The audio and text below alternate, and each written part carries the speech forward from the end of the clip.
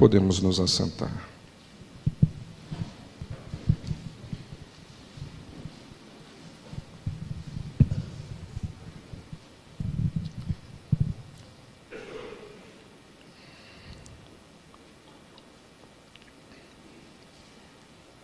É possível que esta oração ensinada por Jesus nos acompanhe durante toda a vida. E como parte da nossa vida é também possível, e admitamos, corremos o risco de que ela se torne tão costumeira, tão habitual, ela integre tanto a nossa rotina, que percamos de vista o seu valor e as suas implicações para as nossas vidas. Porque mesmo que aquilo que mais admiremos possa estar tão perto de nós, e por isso deveríamos considerar com maior carinho, por estar perto, muitas vezes nós desprezamos. Por exemplo, o mar. Nós valorizamos, em geral, o mar quando moramos no interior. O fato de nós vivermos numa cidade à beira-mar nos faz, de certo modo, acomodados sobre o valor e a qualidade dos dias de sol, de brincadeira com os filhos, com as filhas. O mar está sempre ali. Posso vê-lo, posso percebê-lo quando eu quiser. Uma figura usada por Chico Buarque de Holanda, no seu livro Estorvo, uma figura bastante forte, ele diz: posso ver o mar vomitando o mar. As ondas que se sucedem, que são cíclicas e escondem maravilhas diversas, a bondade, a majestade, a criatividade de Deus. Mas voltando às palavras e à oração ensinada por Jesus, texto do Evangelho desta manhã, também encontrado no Evangelho segundo São Mateus, no capítulo de número 6, o Pai Nosso traz lições importantes para a vida da gente. E hoje, de maneira muito especial, eu gostaria de convidar você para que pudéssemos refletir juntos sobre o perdão. Eu sei que você já escutou centenas de mensagens sobre o perdão, sobre o significado, o valor, sobre a aplicação prática do perdão nas nossas vidas. Porém, eu vou ousar trazer mais uma vez uma meditação sobre esse tema. Quando eu era mais jovem, eu tive a oportunidade de assistir um filme que me marcou muito. E porque gostei tanto desse filme, eu assisti 11 vezes. E cada vez que eu assisti o filme, eu via algo que não havia percebido. É esse convite que eu quero fazer para você. É ler esse trecho, ler a Bíblia e perceber algo de novo, em textos e versículos que nós já conhecemos. Mas porque o Espírito Santo de Deus está aqui, porque você não é mais a mesma pessoa que era quando ouviu a mensagem sobre o perdão, é bem possível que a renovação aconteça. Para que você não fique curioso, o filme que eu assisti 11 vezes foi estrelado por Harrison Ford. Gosto muito do Harrison Ford. Sempre foi muito bonito. Hoje, continua bonito. Blade Runner, Caçador de Androides. Um épico da ficção científica. Filme interessantíssimo. Se você não assistiu, eu vou na sua casa e assisto a 12ª vez. E eu não vou falar sobre o filme porque ele é de uma beleza e de uma provocação existencial, para mim, muito válido nos dias atuais. Guarde o nome Blade Runner, caçador de androides. Todos nós que aqui estamos já decepcionamos alguém. Todos nós e todas nós que aqui estamos já fomos decepcionados por alguém. Ou seja, essa relação de decepção é uma via de mão dupla. Ela me alcança indo e ela nos alcança vindo. Não tem como ser diferente. Muitas vezes nós nos sentimos feridos, magoados, porque fomos decepcionados. E essa mágoa, essa dor, eu vou aliar a essa palavra outras como rancor e como ressentimento, vão tomando conta da vida da gente. É como o limo que cai do pé de caju e se coloca como uma placa escorregadia, mas completamente impregnada sobre a pedra. É como o sargaço das nossas deliciosas praias de água quente, que incomodam a muitos ao entrar e ao sair do mar. Aquele sargaço que você acredita que vai conseguir se livrar dele, quando você já está depois da área onde as ondas quebram, mas quando você tira um pouco, outro se aproxima. Quando eles desaparecem da sua frente, eles estão às suas costas. A mágoa, às vezes, pode se tornar uma espécie de cola, de grude na vida de cada um de nós, porque nos sentimos feridos pelas pessoas, porque fomos magoados. Porém, mais do que o limo, do que o sargaço, uma outra figura que nós podemos usar é a ideia bíblica de um coração que vai se petrificando, vai se endurecendo com o passar do tempo. Provérbios capítulo 18, versículo 19 vai dizer isso. Um coração ofendido é como uma fortaleza fechada.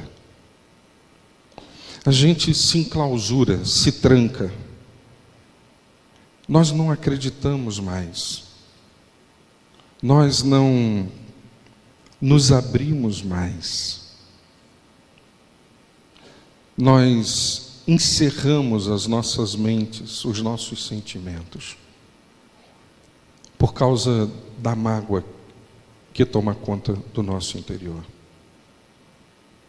Essa mágoa pode estar na sua fase inicial, pode estar avançada, ou até colocar você em estado terminal, onde você simplesmente se resguarda de tudo e de todos, por experiências, por dores, por feridas e, obviamente, por cicatrizes que você traz, deixadas por alguém. Quando nós nos sentimos magoados, algumas expressões vêm à nossa cabeça. Elas são representações da nossa defesa, do cuidado que nós queremos ter com a nossa própria vida. Por exemplo, quando alguém lhe machuca, você diz assim: eu não merecia ser tratado desse jeito. Em outras palavras, você está dizendo: poxa, eu sou uma pessoa tão legal, tão boa. Não é justo. Não é justo o que você está dizendo sobre mim, o que você está fazendo comigo.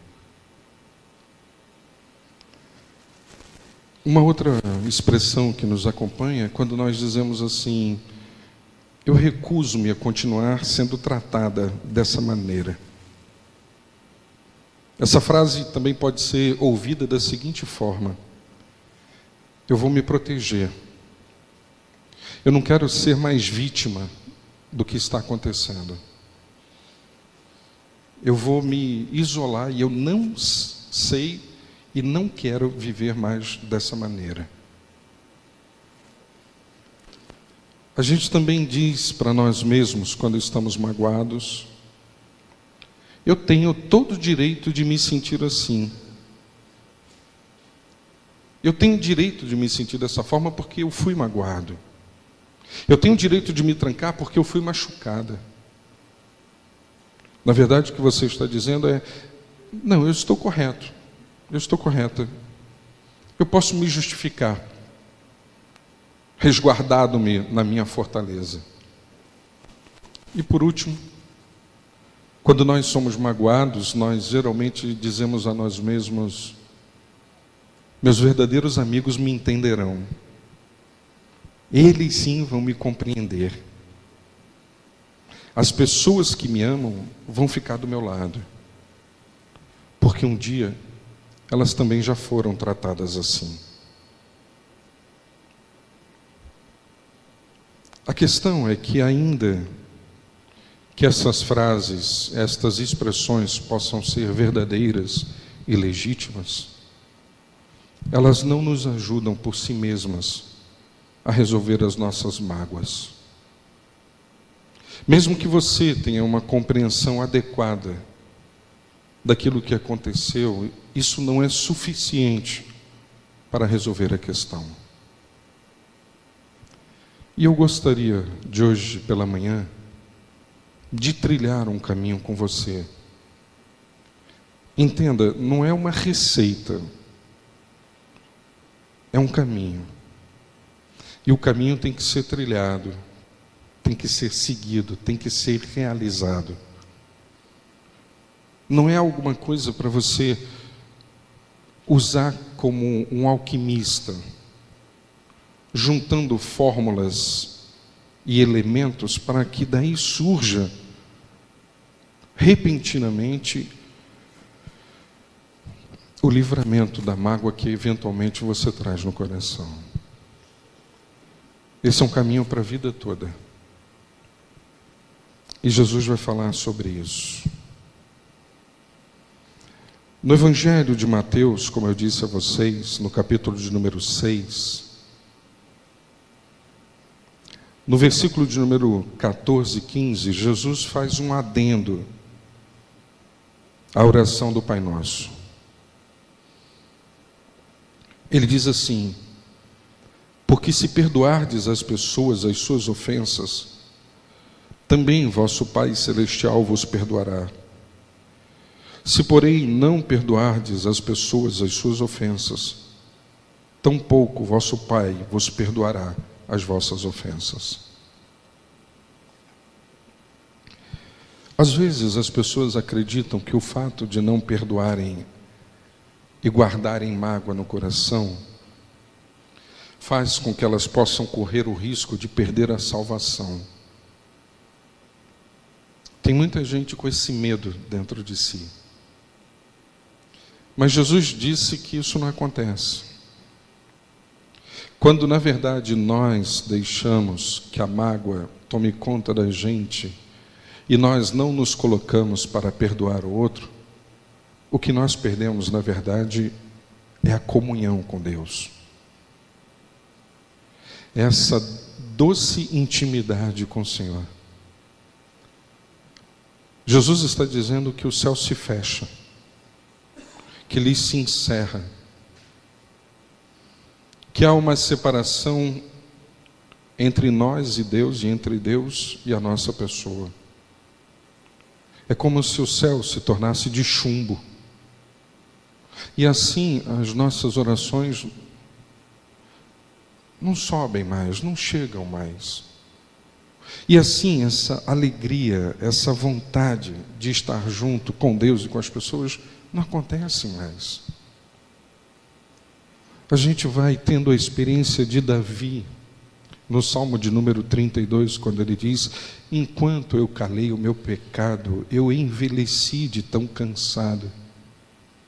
O meu vigor se tornou em sequidão de estio, porque a tua mão pesava sobre mim. Nós perdemos o contentamento. Eu vou usar uma outra expressão. Nós perdemos a graça de viver.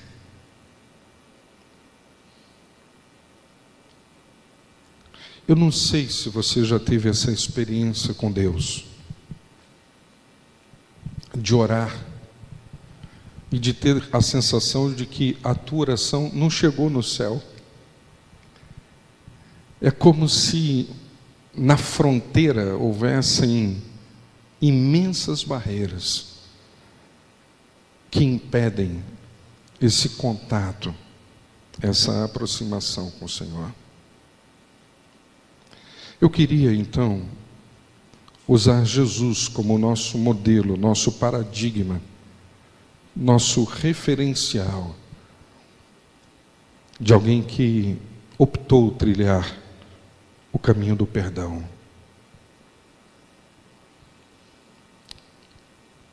Jesus foi alguém profundamente comprometido com a compaixão e com a misericórdia. Ninguém nessa vida sofreu mais injustiças do que Jesus, nem eu e nem você. Ninguém foi mais, segundo Isaías, traspassado com transgressões, com injúrias, com calúnias. Ninguém foi tão maltratado como o Senhor. E apesar de toda esta situação, Jesus opta, Ele escolhe ter um coração compassivo diante das pessoas. Quando Ele está crucificado, sendo ridicularizado, achincalhado, envergonhado publicamente, Ele ora ao Pai e diz: Senhor, perdoa-lhes, porque eles não sabem o que fazem. Perdoa-lhes, porque eles não sabem o que fazem. Jesus na cruz, Jesus ensanguentado, Jesus envergonhado, Jesus ferido, é capaz de ver o outro com misericórdia. Porque só é capaz de perdoar quem for capaz de sair de si mesmo. Só é capaz de perdoar quem for capaz de olhar além da sua própria ferida. Só é capaz de perdoar quem não fica lambendo as suas machucaduras. Porque você terá, como eu disse no início dessa mensagem, muitas razões e justificativas para não perdoar. Eu conheço gente que sobrevive da mágoa que tem. Eu conheço gente que fez da mágoa uma companheira de vida. É impressionante, mas é verdade. Eu falo isso com muita tristeza. Mas gente que fez da mágoa a sua aliada, para justificar, inclusive, os seus fracassos.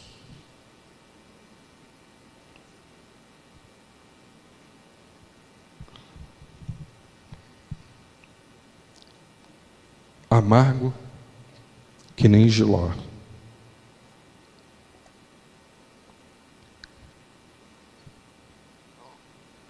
As suas palavras, o seu olhar, o seu gesto, revela que a mágoa foi hospedada no seu coração. O apóstolo Paulo, ele ecoou, ele reverberou as palavras de Jesus, os gestos de Jesus. E lá no livro na carta aos Efésios, no capítulo 4, no versículo de número 31, ele diz assim: longe de vós toda amargura e cólera e ira e gritaria e blasfêmias, e bem assim toda malícia. Versículo 32. Antes sede uns para com os outros benignos, compassivos, perdoando-vos uns aos outros, como também Deus em Cristo vos perdoou. Eu vou repetir o versículo 32. Antes sede uns para com os outros benignos, compassivos, perdoando-vos uns aos outros, como também Deus em Cristo vos perdoou. É porque nós precisamos do perdão de Deus, devemos nos abrir para perdoar o outro. É dispor o coração para dizer: tira de mim, Senhor, esse lodo, isso que me prende, que me aprisiona. Transforma o meu coração, faz-me ouvir a tua voz. Paulo, escrevendo aos Colossenses, no capítulo 3, versículo 12, diz assim: revesti-vos, pois, como eleitos de Deus, santos e amados, de ternos afetos de misericórdia, de bondade, de humildade, de mansidão, de paciência.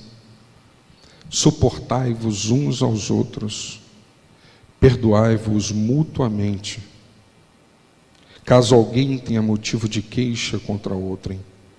Assim como o Senhor vos perdoou, perdoai vós também. Há alguém aqui nessa manhã que precisa perdoar. Talvez perdoar pessoas que não estejam aqui. Pessoas que foram sendo levadas pelas correntes da amargura, da mágoa.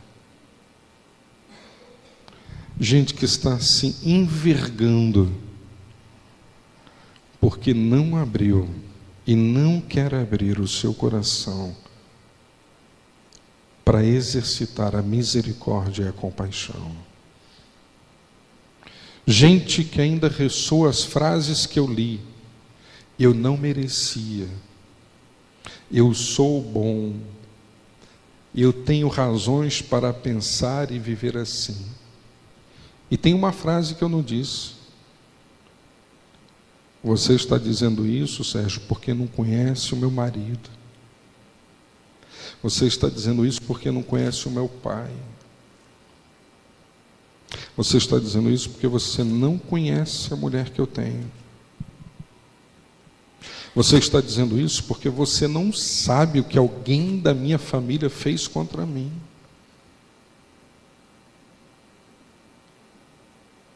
Você diz isso porque você acha que foi uma coisinha qualquer. Não.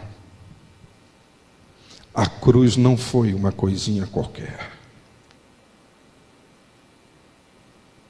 Foi na cruz que Jesus disse: Pai, perdoa-lhes.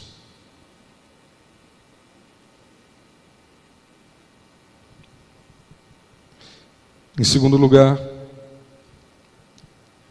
eu queria dizer que o caminho que nós podemos seguir em direção à libertação da mágoa requer um outro passo: entregar a nossa ofensa a Deus. Entregar a nossa ofensa a Deus, a nossa ferida, a nossa machucadura ao Senhor. Mas não tem como eu entregar os meus ferimentos ao Senhor se eu não me entregar a Ele. a não ser que eu ampute, que eu retire, que eu exclua, que eu separe de mim. Mais uma vez, Chico Buarque, que eu seja pedaço de mim. Não é possível. As minhas dores, feridas, injustiças, machucadoras integram a minha, a tua, a nossa história, a tua constituição como ser humano. Tentar extirpá-la por si mesmo é negar quem você foi, quem você é e o que você será. É não compreender que o que Deus espera de nós é, de novo, a linda experiência de Jesus. E eu quero abrir um parênteses para dizer que você deve estar pensando a essa altura: o problema é esse, Sérgio, é que você está falando de Jesus e meu nome é Maria. Você está falando de Jesus e eu me chamo Newton.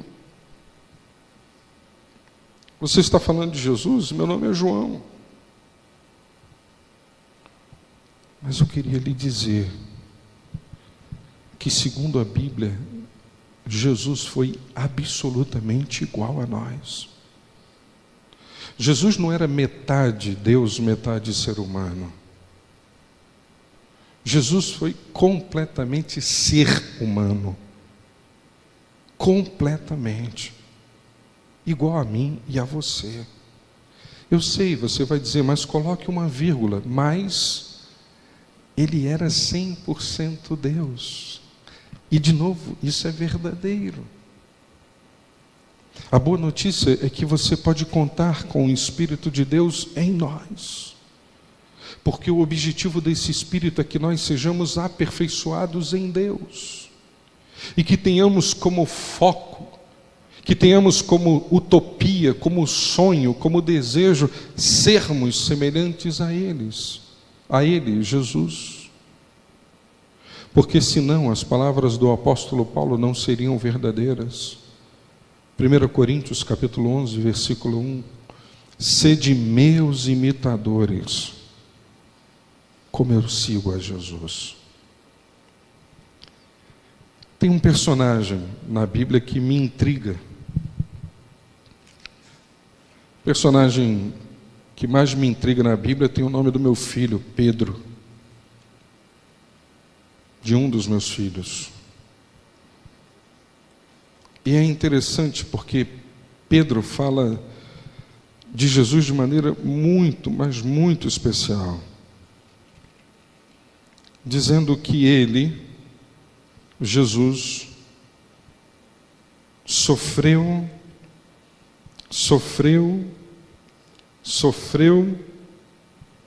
mas se entregou a Deus. Foi ferido, mas se entregou a Deus.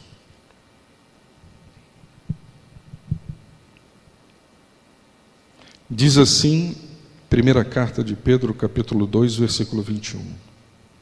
Porquanto, para isto mesmo fostes chamados, pois que também Cristo sofreu em vosso lugar, deixando-vos exemplo para seguirdes os seus passos. Eu vou repetir. Porquanto para isto mesmo fostes chamados, pois que também Cristo sofreu em vosso lugar, deixando-vos exemplo para seguirdes os seus passos, o qual não cometeu pecado, nem dolo algum se achou na sua boca. Pois ele, quando ultrajado, não revidava com ultraje. Quando maltratado, não fazia ameaças. Olha que lindo. Mas entregava-se àquele que julga retamente, carregando ele mesmo em seu corpo, sobre o madeiro, os nossos pecados, para que nós, mortos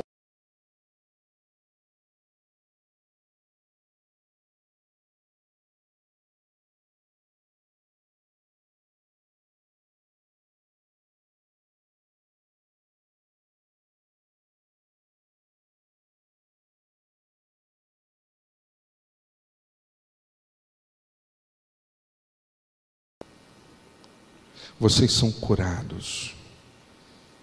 A palavra salvação vem originalmente da palavra cura, aquilo que Deus reconstrói em nós. Deus vai fazendo essa terapia de vida, de sanidade. Mas ela acontece em relação à mágoa, quando nós entregamos aquilo que sentimos e vivemos ao Senhor, justo juiz. Quando nós entregamos as nossas vidas e dizemos: Senhor, eu coloco isso na tua conta, eu coloco isso na tua presença. Eu quero dizer que com isso você não está abrindo mão e tampouco das consequências do erro que você ou outro cometam nas relações. Não estou falando sobre isso. Eu estou dizendo que nós devemos nos colocar na presença de Deus, entregando as nossas vidas ao Senhor, lançando sobre Ele as nossas enfermidades, porque a mágoa adoece. A mágoa gera enfermidades profundas no coração da gente.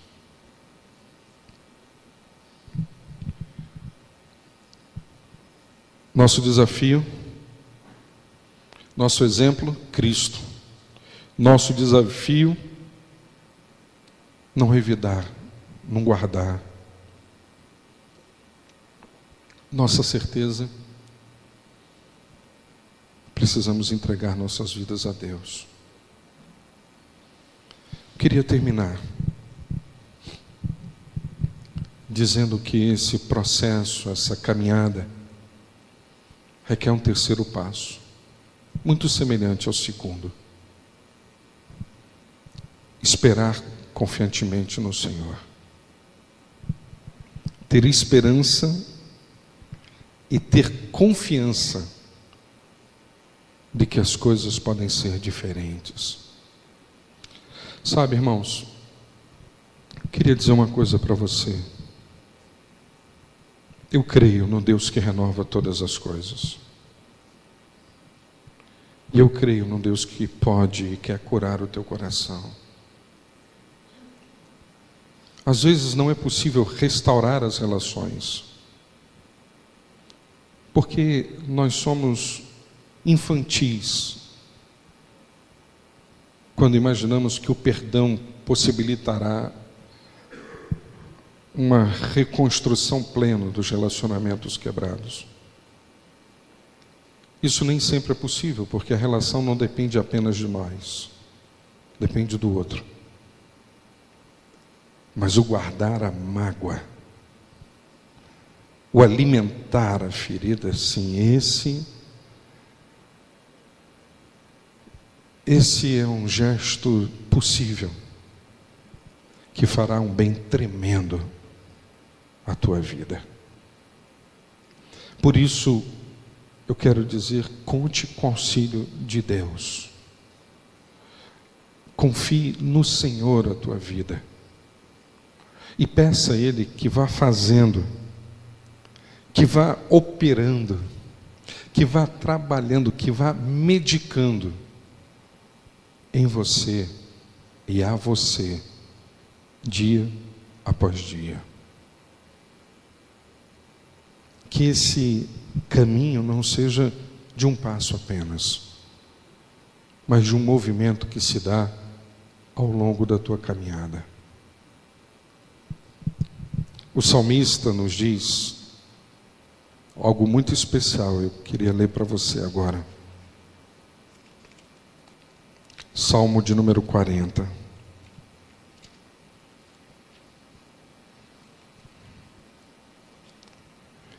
Esperei confiantemente pelo Senhor, e Ele se inclinou para mim, e me ouviu quando clamei por socorro.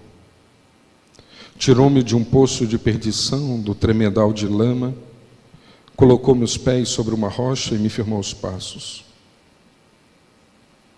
E me pôs nos lábios um novo cântico, um hino de louvor ao nosso Deus. Muitos verão essas coisas, temerão e confiarão no Senhor. Eu gostaria de terminar a meditação dessa manhã com a primeira parte do versículo de número 4, do capítulo 40. Bem-aventurado o homem que põe no Senhor a sua confiança. Permita-me, e sinto-me instado a fazê-lo, vamos mudar o gênero. Bem-aventurada a mulher que põe no Senhor a sua confiança. Feliz é quem confia em Deus e sabe que Ele pode e quer nos curar hoje e durante a nossa caminhada. Que Deus, na sua infinita graça e misericórdia, retire do coração da gente, ao longo da nossa jornada, toda mágoa, toda ferida, todo ressentimento, todo rancor. Para que isso aconteça, se espelhe em Jesus, o autor e consumador da nossa fé. Vamos orar? Por que é que você não dá o primeiro passo hoje? E nessa oração você diz a Deus: ajuda-me, Senhor. Ajuda-me. Como o limo, como o sargaço, como uma fortaleza petrificada, percebo que assim é o meu coração pelas mágoas do passado. Liberta-me. Liberta minha mente, cura as minhas memórias. Dá-me a oportunidade de ver e ouvir a Jesus nessa manhã. Que Ele seja o modelo, que Ele seja o meu paradigma, o meu referencial. Enche o meu coração de compaixão, de misericórdia.